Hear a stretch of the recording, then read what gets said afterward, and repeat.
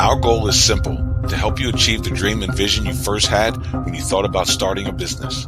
We're here to make growing your business less complicated. There are building blocks to build a sustainable business. We promise to seek them out and address them all. The Better Your Business Show starts now.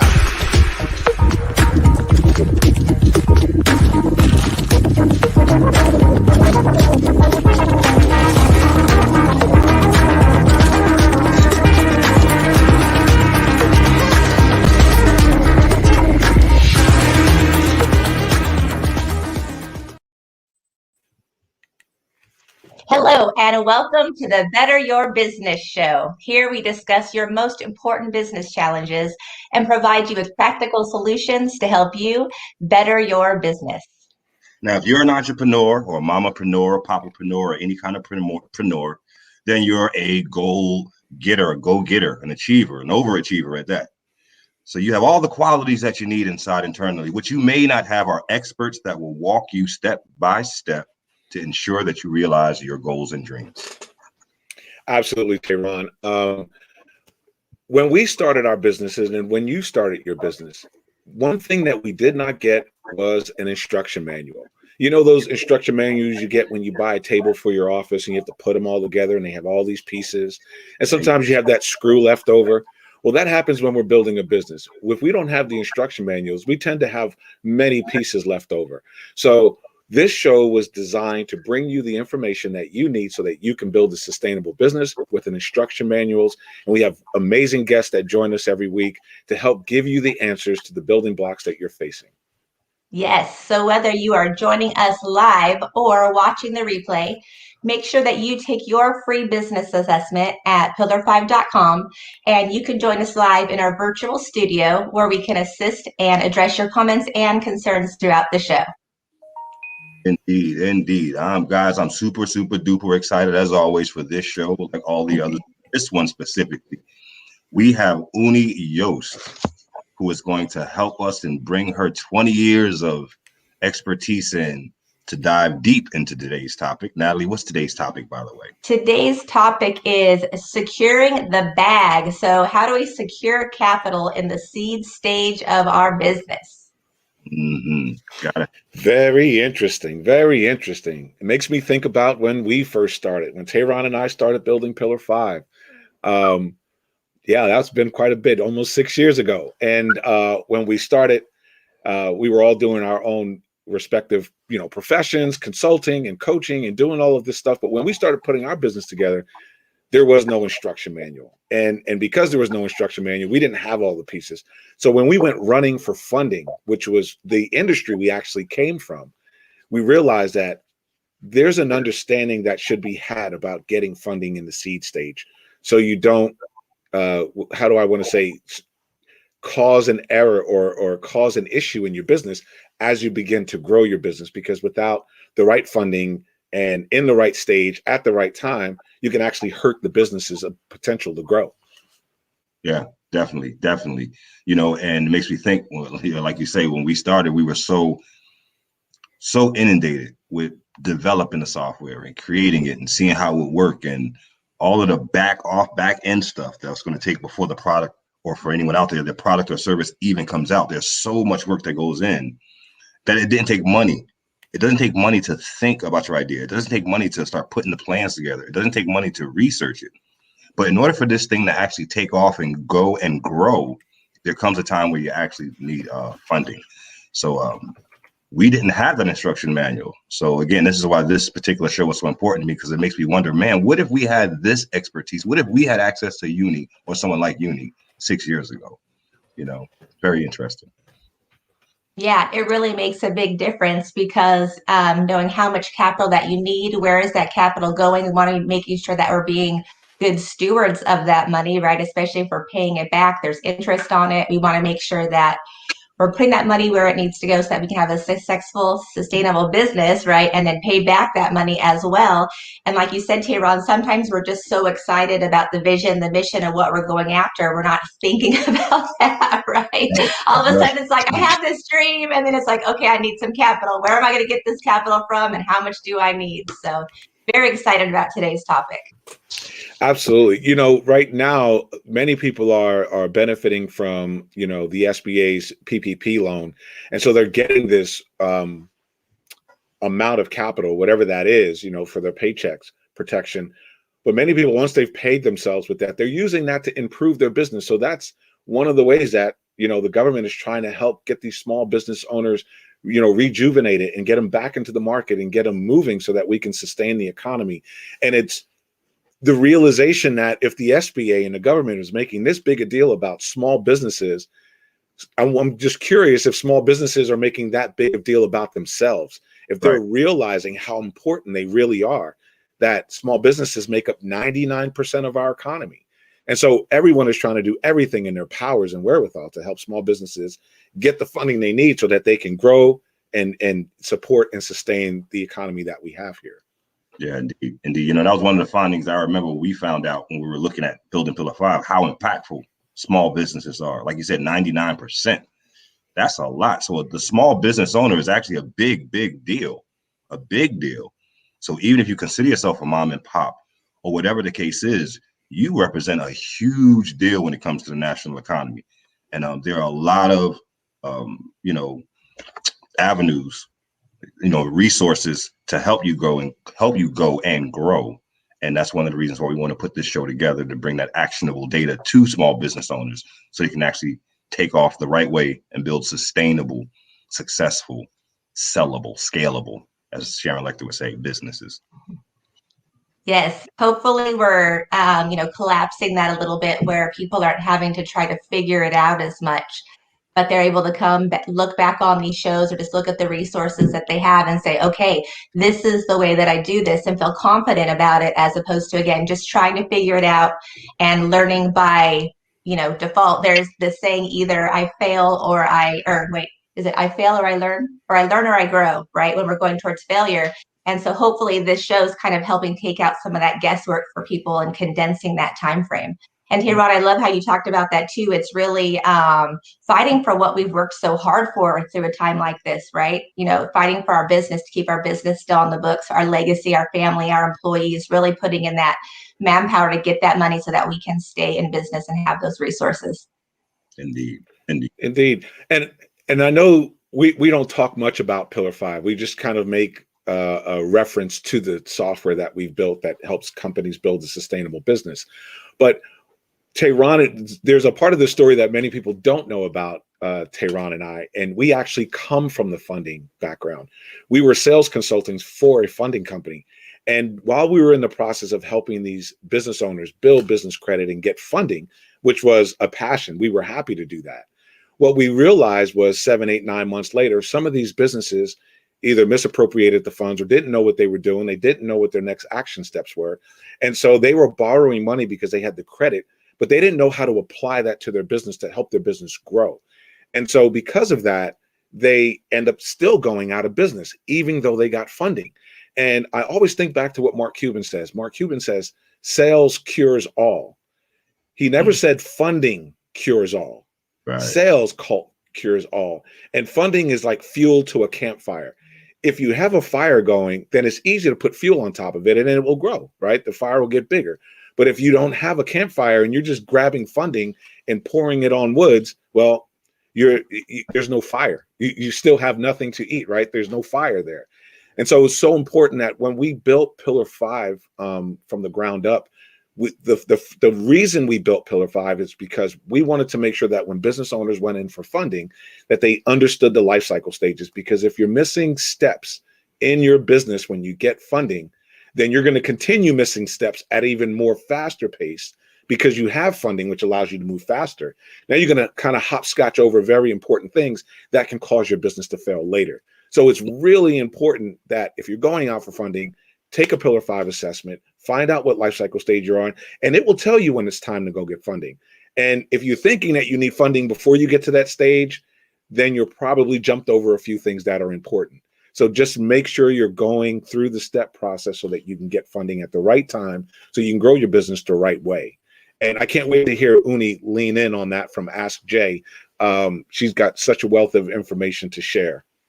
Yeah, man. Yeah, man. Excited. Let's go. You guys ready to bring her in with us? Yeah, really quick. I gotta throw a big happy birthday out to our associate and partner Steve Gamble of Edit This in Denton, Texas. It's his birthday, and we wish him a happy birthday.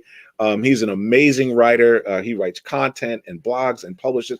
He's just amazing all the way around. And we've been partnered with Steve since the beginning of this journey, and he has helped us tremendously. So, Steve, if you're watching, happy birthday from all of us over at the Better Your Business Show.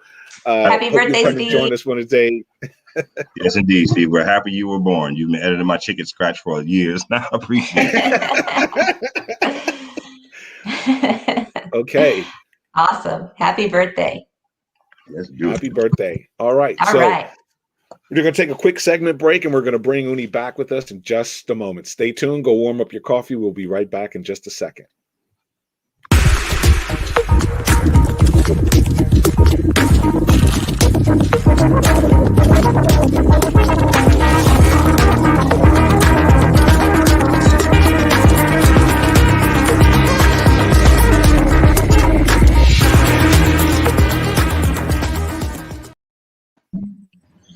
Hey, Uni. All right. Hi, how are you? Good morning. We have Uni Yost here with us this morning. Super excited. Serial entrepreneur, business and technology visionary. She's a relationship builder, CEO, and founder of GoAskJ.com, sharing her wisdom on securing the bag with us this morning. Uni, thank you for being here. We're happy to have you. Thank you so much. You guys are just way too much fun. I'm going to come every week. We do have a good time. It makes it nice. It makes it nice. Absolutely. So, Uni, I'd like to go ahead and start it off. You know, today's topic is securing the bag, and it's really based on the ideology that many small business owners seek funding before they even have an MVP, a prototype, a concept, or have determined whether or not the market wants what they have, and they're looking for funding. And as I've heard many funders say, many small business owners, or some small business owners, I don't want to quantify it, some small business owners seek funding before they even know what they're going to do. What are your thoughts on that and that mindset of the business owner looking for funding before they even completed the seed stage of their business? Yeah, absolutely. I mean, it's so interesting. I mean, I'm not sure everybody knows, there's over 3,000 SIC codes in the business. I call it, their description. That's a lot of different types of business out in the market, right? So, one of the key components of looking for funding, just to start, is what type of business that you have. That's number one key. Do you have a retail store? Do you have online? Are you a, social media influencer? You just need a video cameras and lights and all of that?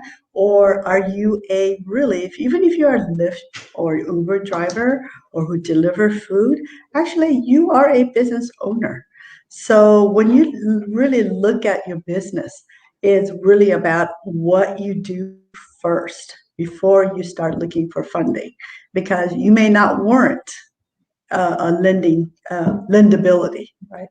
So all depends on who you are. So let's say, for example, you are a franchise owner. You're able to secure a McDonald's. I mean, I think now it's super expensive, to do that. And but what that means is it's going to take millions to secure. But there's a track record in McDonald's, the brand itself. So therefore, getting funding for that is a little bit easier. It's just a concept idea, right? Hey, I want a McDonald's franchise. Well, that concept idea alone is worth the money the minute McDonald's says, we will give you a McDonald's. You haven't done anything yet, but because you secure something with a brand like that, you can get funding before you even start the store. But for those that, have an idea that you started in your garage, in your home, it's a hobby, and you want to take it into the next level, depending on what you build. If you're building an electric car and going, I could be the next Tesla, That might be very interesting, right? Because now the concept of electric car really became forefront, even though the whole concept was built back in the 1960s, right? And just timing. So all depends on, what type of business. If you're a tech founder, you're talking about, Tehran and Carlton talked about software. Well, software, it is in high demand, right? So that is a concept that you can sell to investors early on if that product can turn into $100 million company.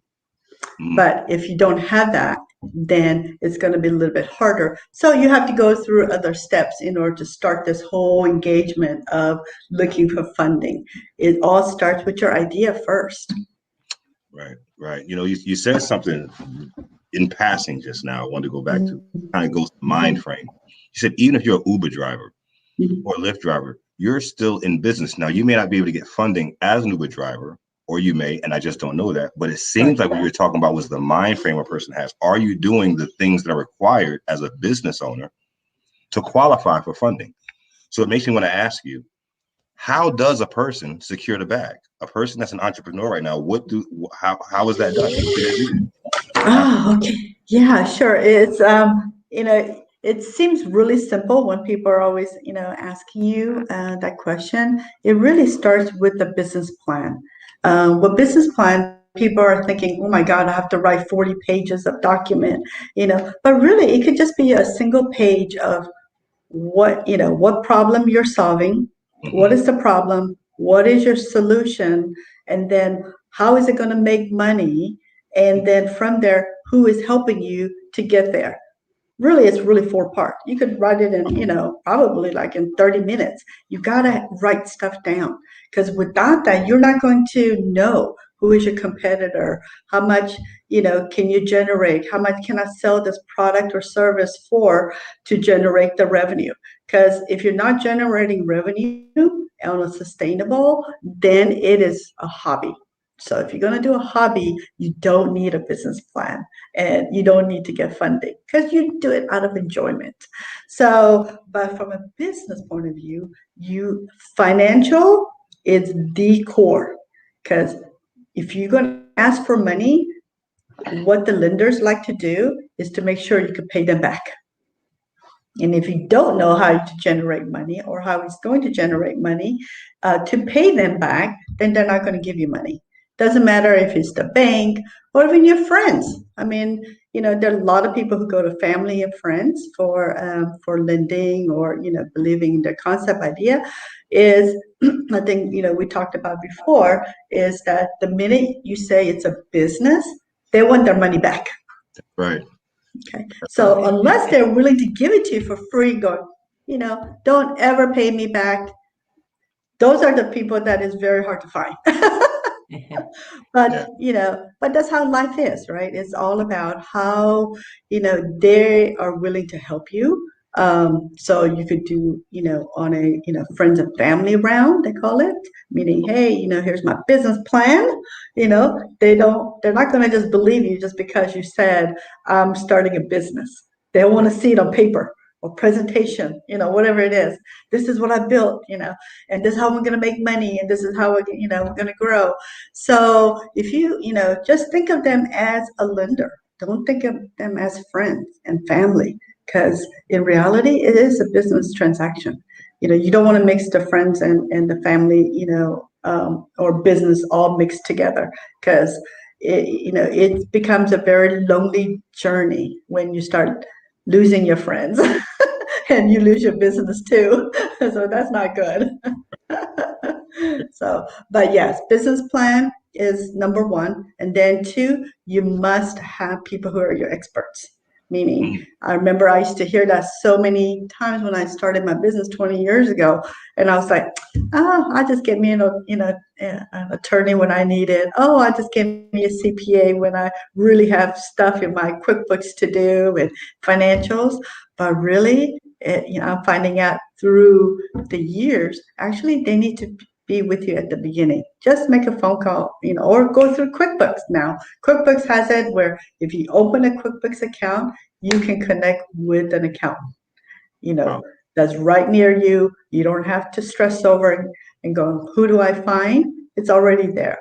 If you go to LegalZoom, their job is to connect you with an attorney. So you don't have to stress on that too. But having the experts with you, and then the last component, actually it should be one of the top, it is top 3, is you must have a mentor. You must have an advisor, a mentor, a coach that really helps you through the way, because it is hard.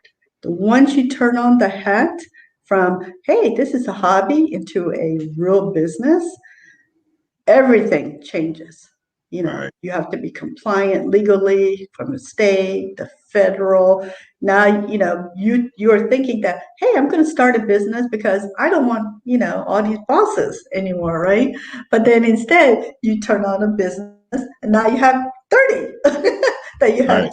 to answer to, not one anymore, So so just like, if you're going to go get your education, and I'm going to college to be an engineer. What do they tell you to do for the next 4 years? You must study. Right? So in order to build the business plan, which means you've got to go get some education. There's so many, now there's so many classes offered at community colleges or online on how to start a business. And it's not just starting a business, meaning, let's go to state and file papers and, hey, I'm in business. There's so much more, right? So you no longer have one singular job. Now you have 10.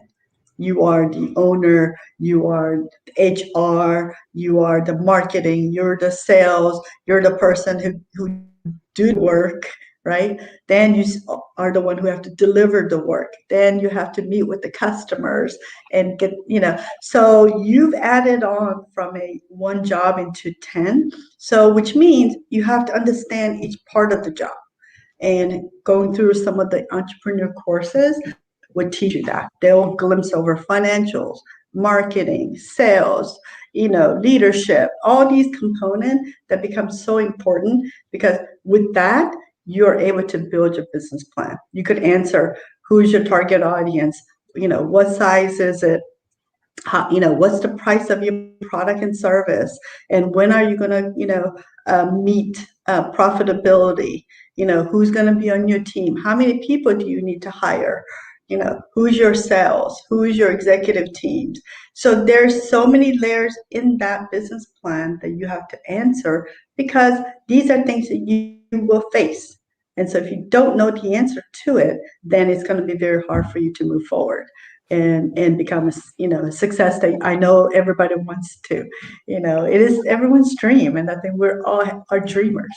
And so it's I love when people are entrepreneurs, because they're dreamers, they're problem solvers, and these are the traits that not everybody has. It takes special type of people to become an entrepreneur, and it's not for everyone. It really is not. And the ones who can have the sustainability where you're willing to work 15, 20 hours a day, to 7 days a week for the next 5 years, where you're not seeing your friends, you're not seeing your family, you're not, so you've got to there's a lot of sacrifice it takes to build a business. Doesn't matter if you have a retail store. If you own a bakery, you'll be working there 7 days a week, 15 hours a day.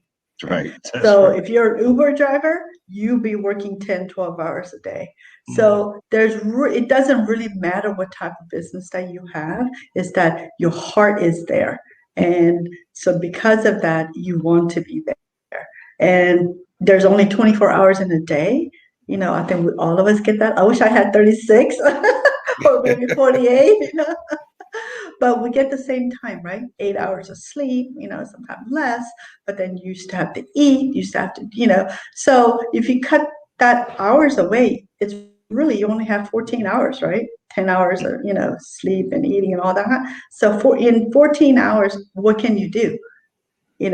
So which means that you're putting that 14 hours into your business. And success is not easy. I mean, people always think that Amazon just became a blooming $1 trillion company. It's taken him over 25, 27 years. Mark Cuban, before he took off, right, when Yahoo bought him out, he started his business for prior to that, another 10 years before that. So everyone goes through this I call it our historical traction, right? We start out little, then we're like, okay, okay, here's the mistakes I made. Okay, now let me start something else. So we're always evolving, and every time we evolve, we become better. And in order to become better, is that you've got to learn to really rely on experts on the things that are not an expert in. Because for me, I know I have a whole list of things I'm not expert in, and so therefore I have to really connect with people who can help me through it. I think everybody knows that adage. It takes a village, right, to raise a child. It takes a village to raise a business too. And raising a business sometimes is harder, right? So, Uni, I love where you're going with the conversation. I wanted to jump in for a moment, because as you're going through all of the things that are needed to get funding, you're simultaneously going through all the things that a business owner needs to build a sustainable business versus a successful business, right? Because we know success is milestones and sustainability is longevity. And so as I'm listening to this, you had the opportunity to take a peek at Pillar 5 and the checklist that goes step by step by that. So if someone was getting funding, would you say, hey, you need to go in Pillar 5 and get your page together, get your team together, get your community together, do your market research, start getting your mentors and your advisors? What would you say to them? Do you think that's a good initiation, a good place to start before they start jumping into funding? Oh, absolutely. I think it's good to have a tool that can walk me through things, right? And to think and go, wait, I don't have an answer to this. How do I find an answer to plug this in?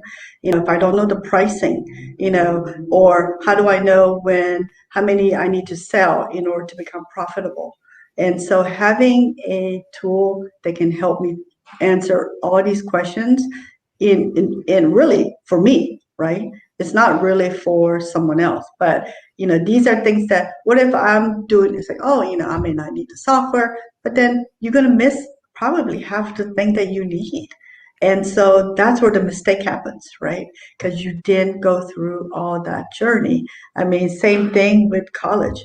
You can't graduate if you didn't take all these courses, all these, ancillary courses, right? Like, why do I need, chemistry? I'm in engineering and or psychology and all these things. But then they also put a core of stuff, right? You have engineering, 1, 2, mathematics, all these things that builds your degree. And actually, Carlton, your software is really good. I really like it because I wish I had that, when I started this 20 years ago. I'm going, dang, I would have made less mistakes here, Exactly.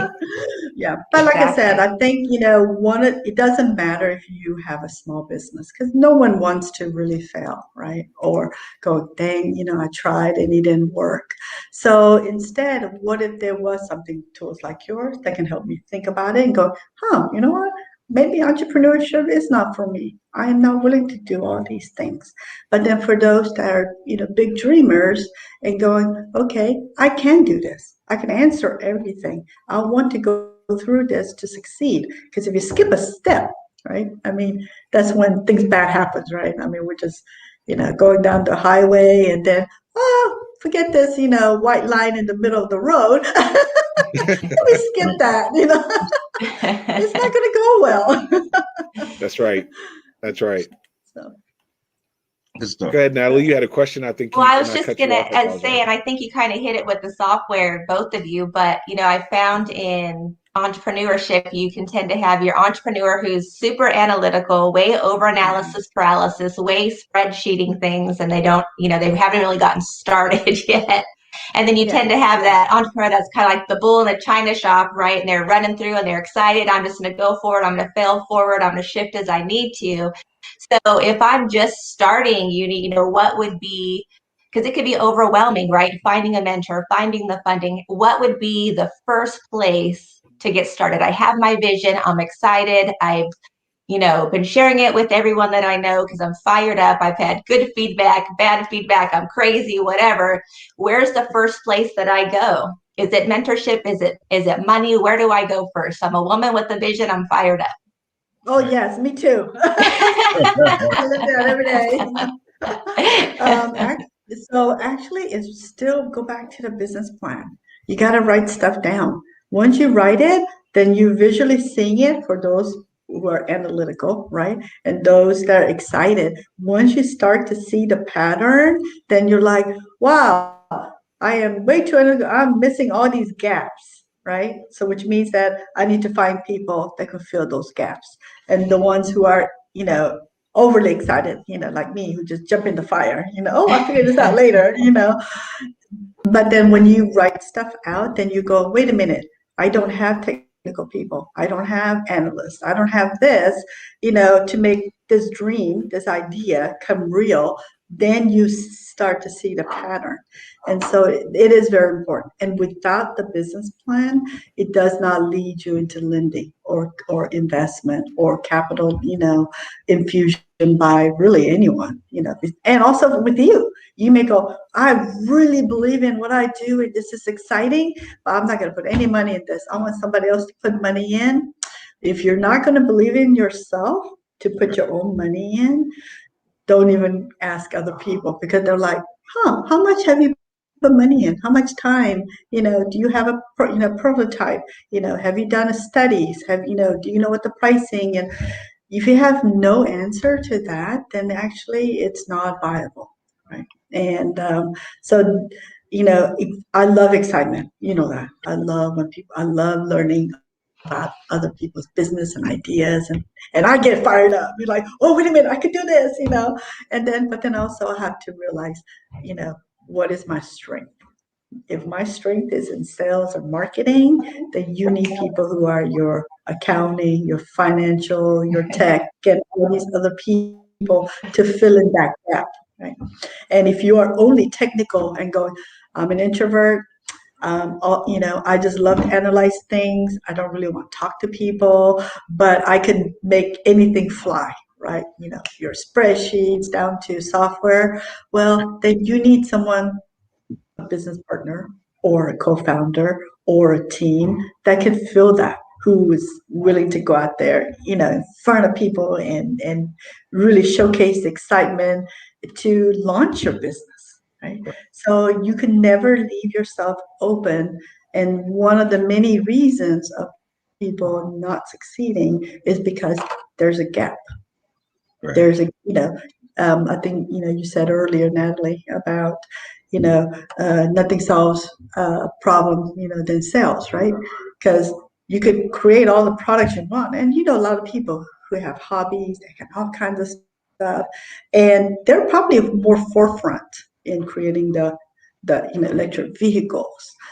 There's so many ideas that people already built, but they could never take it out because they didn't have that, sales, marketing, all the other components that makes the business successful, because they didn't know how. They were stuck in the analysis, right?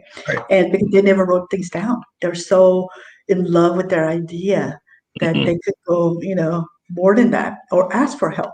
And that's, the software that you guys built, it really creates, show you the strength and your gaps of your ideas. And I think it's best to know early on, then you made that traction down the road and go, oh, okay, a year later, well, you know what? I should have done all those things that told me that I had gaps in, and now it's a year in or 6 months in, right?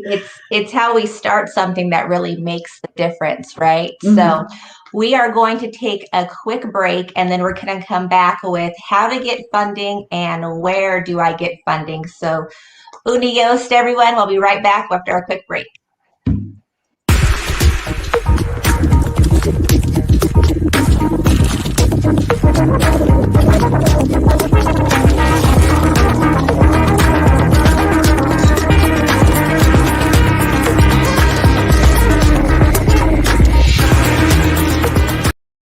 wise man once asked, what if starting a business was like jumping out of a plane? And like 76% of businesses, what if 76% of parachutes failed before you reached the destination? What about those of you who have already jumped? Well, you may still have time to check your business. Pillar5.com, where businesses get it right. All right. And we're back. Uni Yost, GoAskJ.com, CEO and founder. We are talking about securing the bag.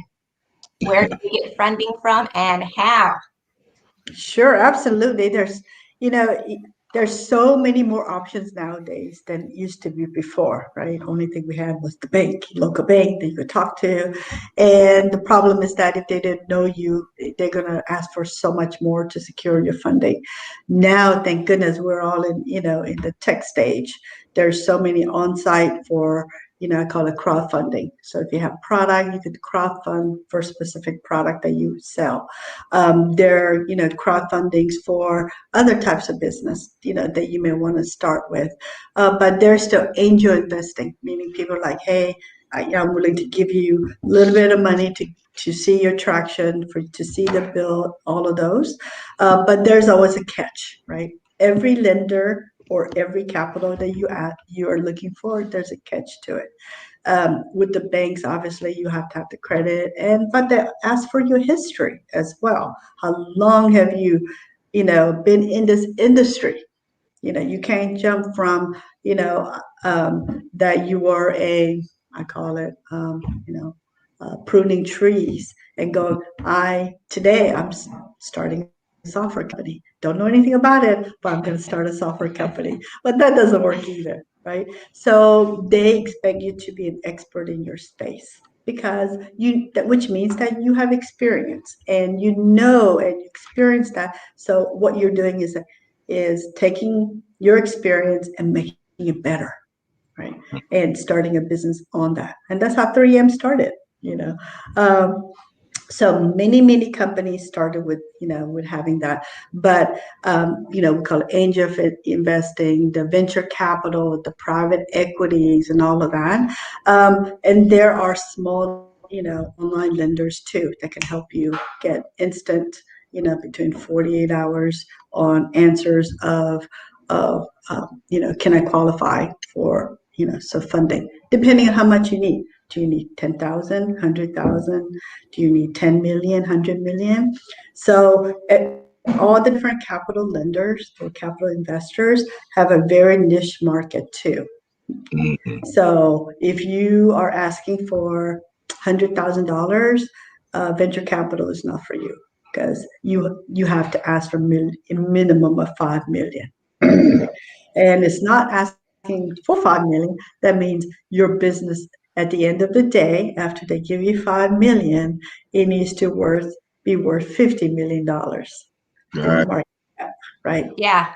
Well, and I would think too, if I was asking for money, I'm going to go for as much as you're going to give me.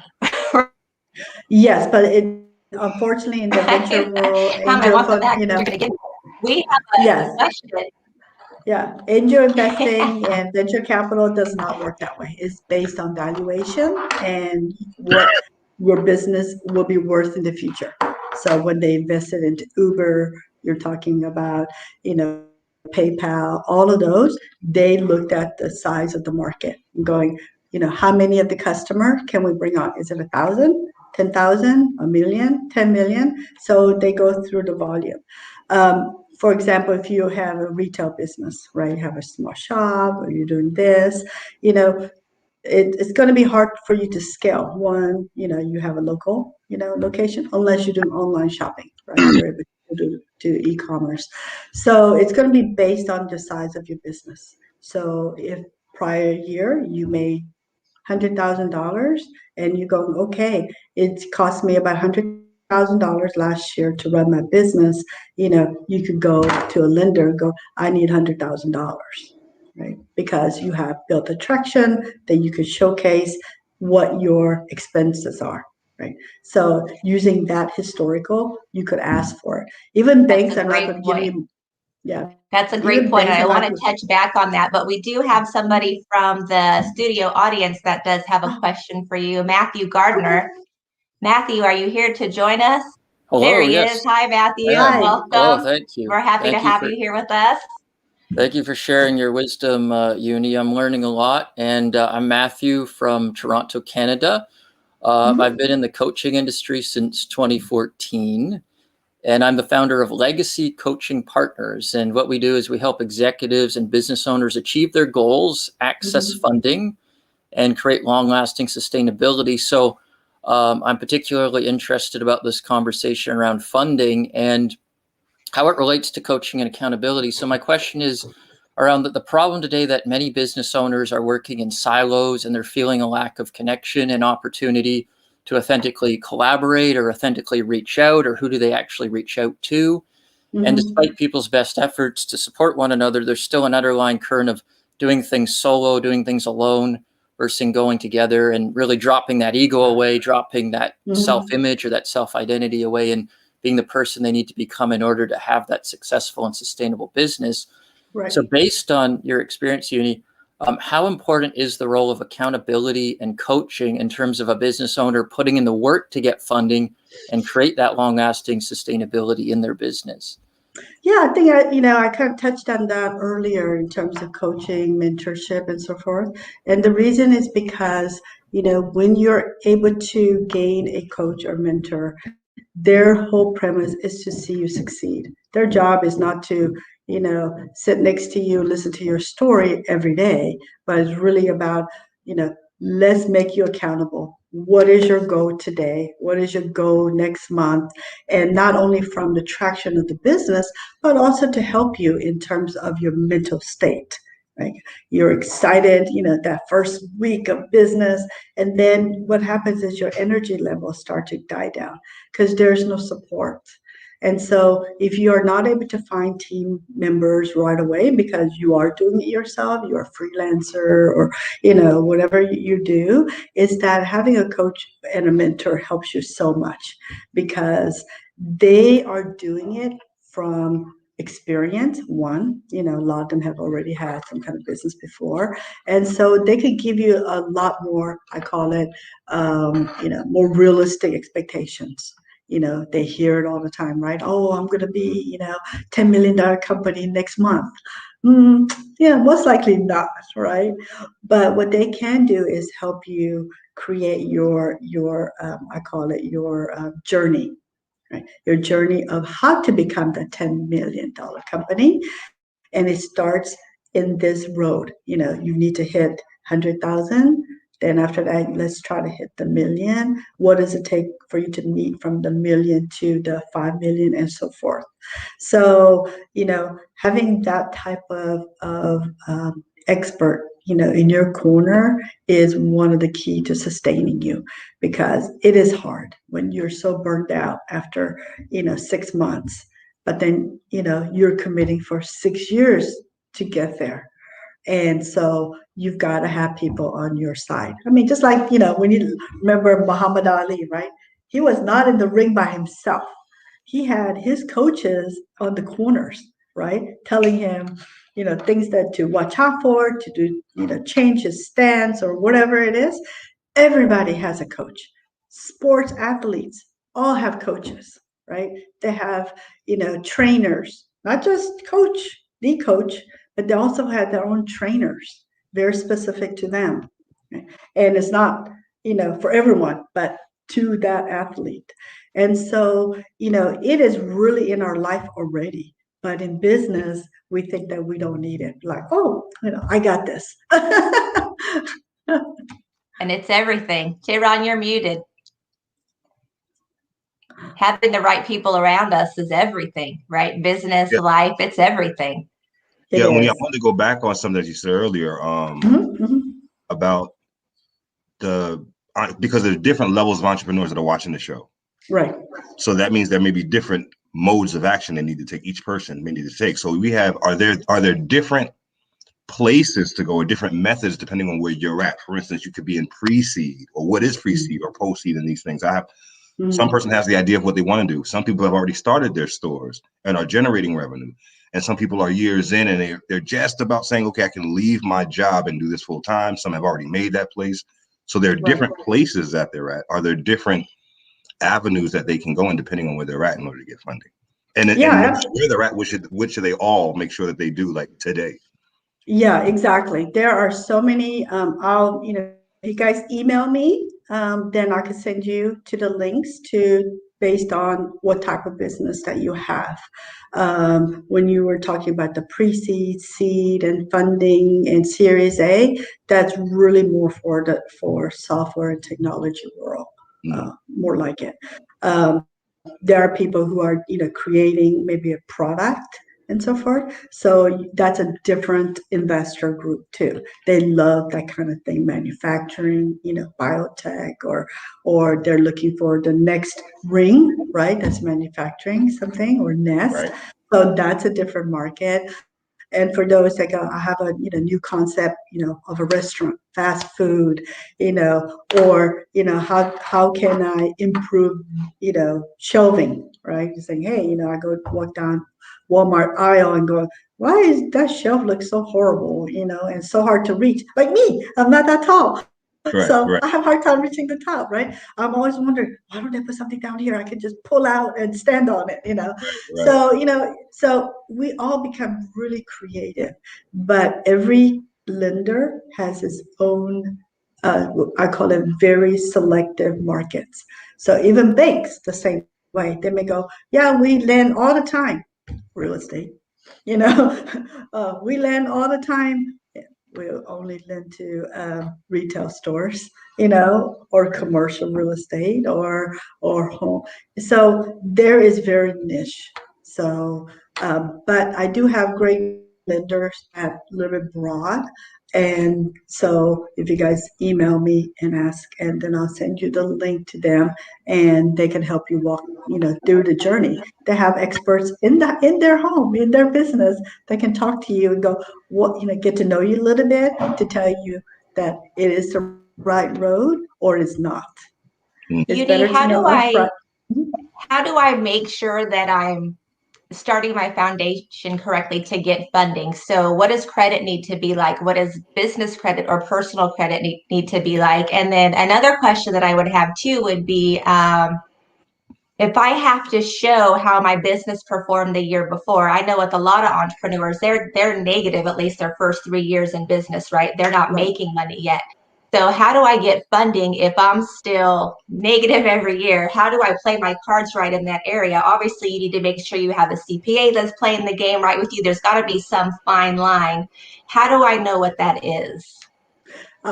First thing I would do is to have a CPA review your financials. You may think that you're an expert in QuickBooks, but if you don't have accounting background and stuff, you might not been doing it well, right?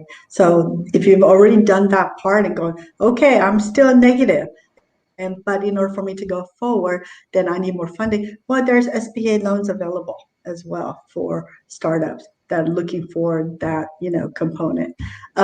So these lenders can work with you not only from a government lending, private lending, commercial, banking lending. So they'll give you, different options based on you, based on your type of business.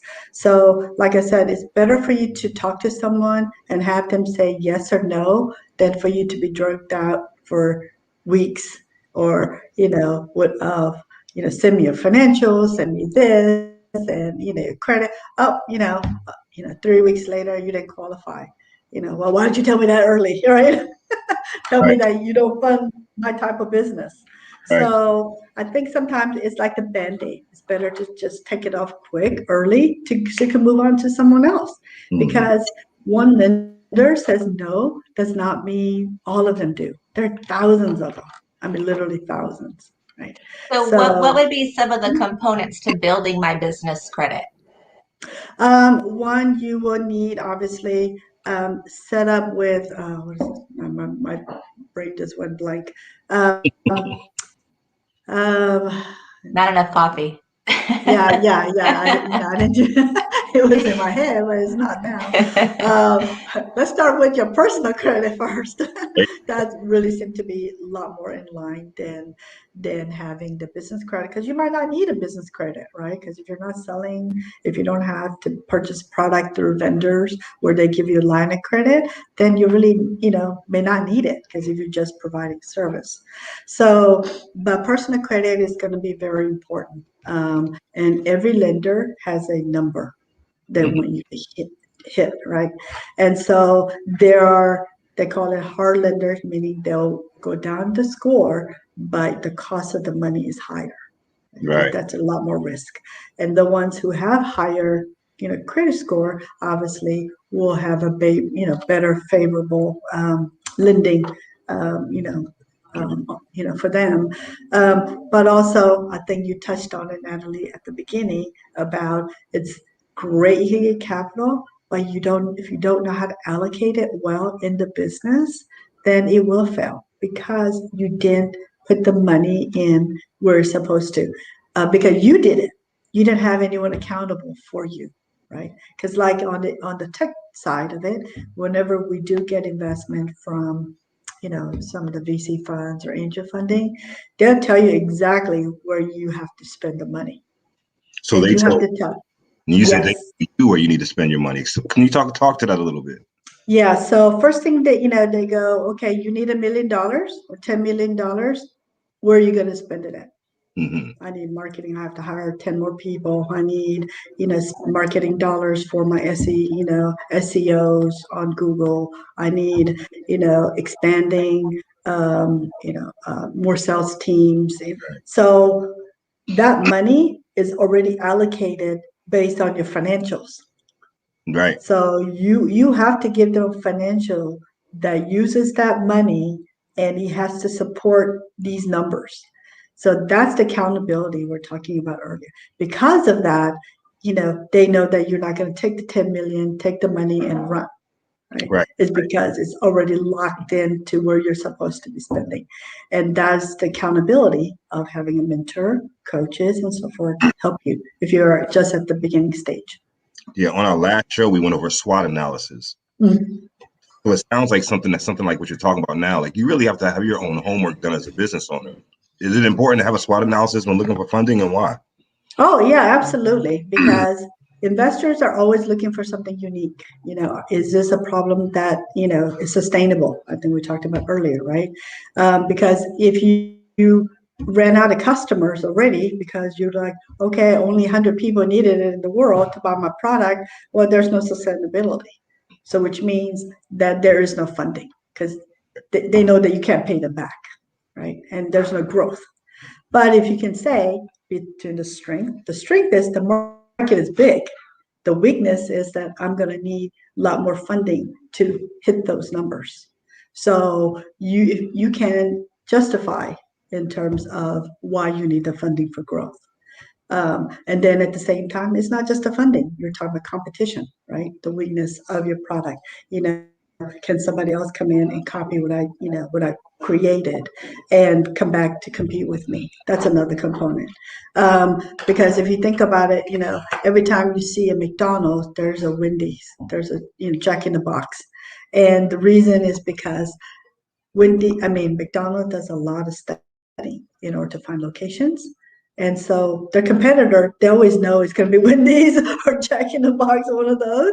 So they account for that, for them to be there in their financials. Because they know who their competitors are, right? Right. So because of that, it's already part of their financial cost and part of that growth. Mm-hmm. I love it. I love it. Uni, thank you so much for being here with us this morning. You've given us so much wisdom. And I know for most entrepreneurs, that's one of the pressing things on their mind is, where do I get the money from this? I have a vision. I have a dream. Where does the money come from? And it's just great to know there's so many resources. And not only that, but how do we set ourselves up for success and sustainability, right? Most important is having that sustainability. So thank you, Uni Host. GoAskJ.com. You can check her out there, and she is on all social media as well. Yeah, go to Yes, Go Ask thank Jay to ask Uni. Yeah. Yes, Yes. absolutely. Yeah, we have a fantastic new funder where all they do is look at your accounting software. So they look at all your data and they'll fund based on that data. You don't even have to send them any information. So you can Wow. see the market has changed in terms of how quickly they will fund, but you have to know who these players are. And Yes, that's what we indeed. do. Yeah. All right. Awesome. All right. Awesome. So if Thank you're looking to you. If you're get looking for a funding, make player. sure you reach out Uni Yost at goaskj.com for sure. Yes. Thank you so much. Thank Uni you, Thanks. Uni. Awesome. Good Good stuff. You know, stuff I love talking about there. money. Yes, I think we all do from a business perspective. And she was touching on some things about personal credit and, you know, getting business funding. And I know that, you know, Tehran and I both come from that financial background. Natalie, you're in a financial background, different sector, but definitely finance. And so everyone likes to talk money when they talk business. And so I really wanted to ask a question because I couldn't get my brain to remember all of the components. And I know Tehran's one of those individuals. When he hears them, he remembers. Tehran, I remember when we were in the financial industry, there was these components that were necessary for building business credit. Do you recall what those were? Not all of them, Chair. Oh, you mean the compliance items? Not all of them. There you Chair. go. So what is a compliance item? Let's get into that just real quick so the audience gets an understanding of what a compliance item is and why are they even relevant? Well, it's kind of different from what we were talking about, but in order to get funded, to get business credit, you know, to become fundable from a bank, they require certain criteria in order to fund you.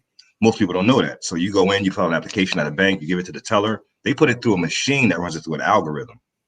And it just comes back approved or denied. So when they give you back that application that says denied, the teller or the person or the manager giving it back to you, they don't necessarily know why you were denied because they may not even know the compliance items. So there's just these micro things that you need to have done in order to even qualify, like having a business phone number that's different from your personal phone number, having a business email address different from your personal email address, having, wow, they don't just come out when I think I want them to. But, but there's a list of 10 of them. There's actually 20 of them actually, but all lending institutions don't go by all 20.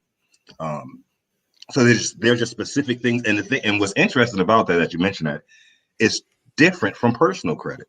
The way you establish personal credit, the rules of engagement are almost totally the opposite when you're building business credit. Certain things are total opposite. Like you want to build credit for a long term when you're doing personal credit.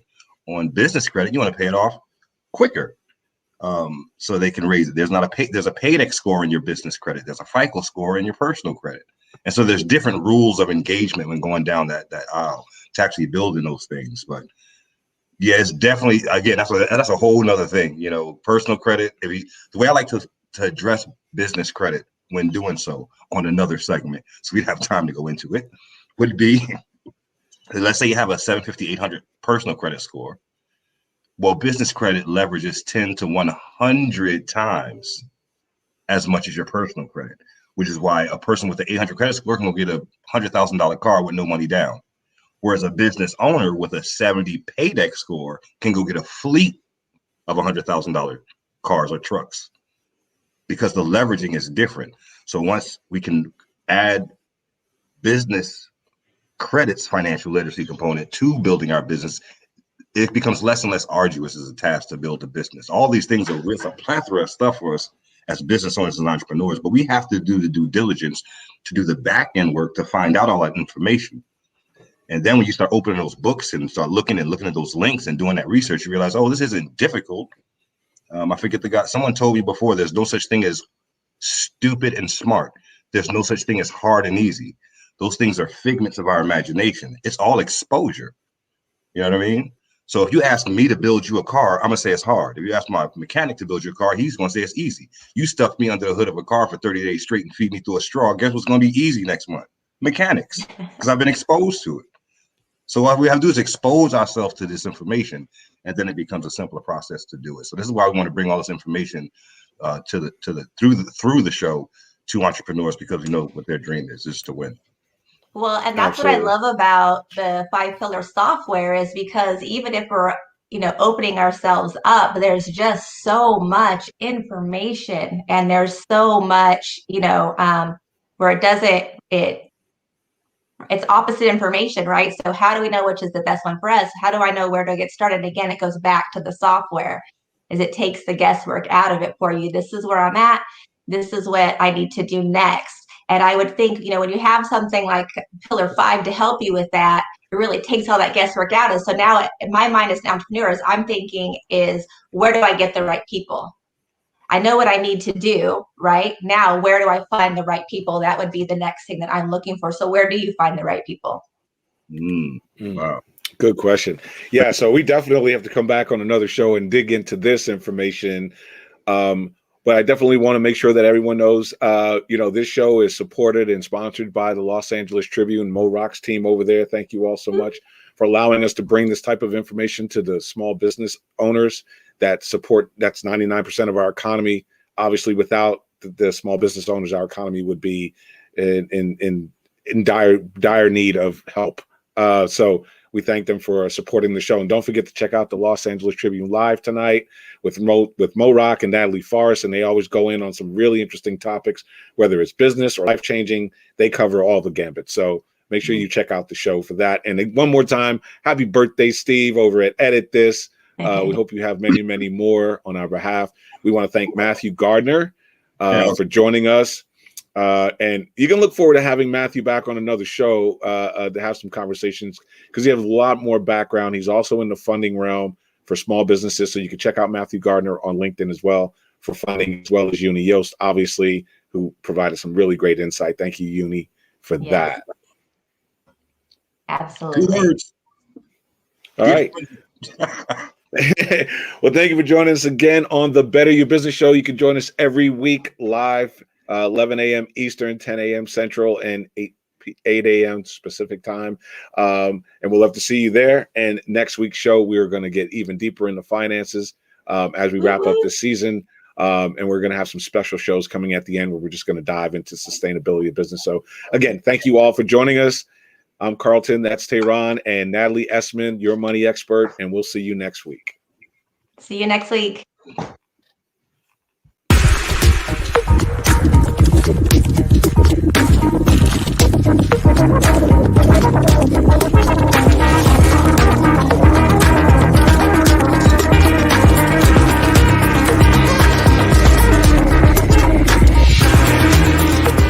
A wise man once asked, "What if starting a business was like jumping out of a plane?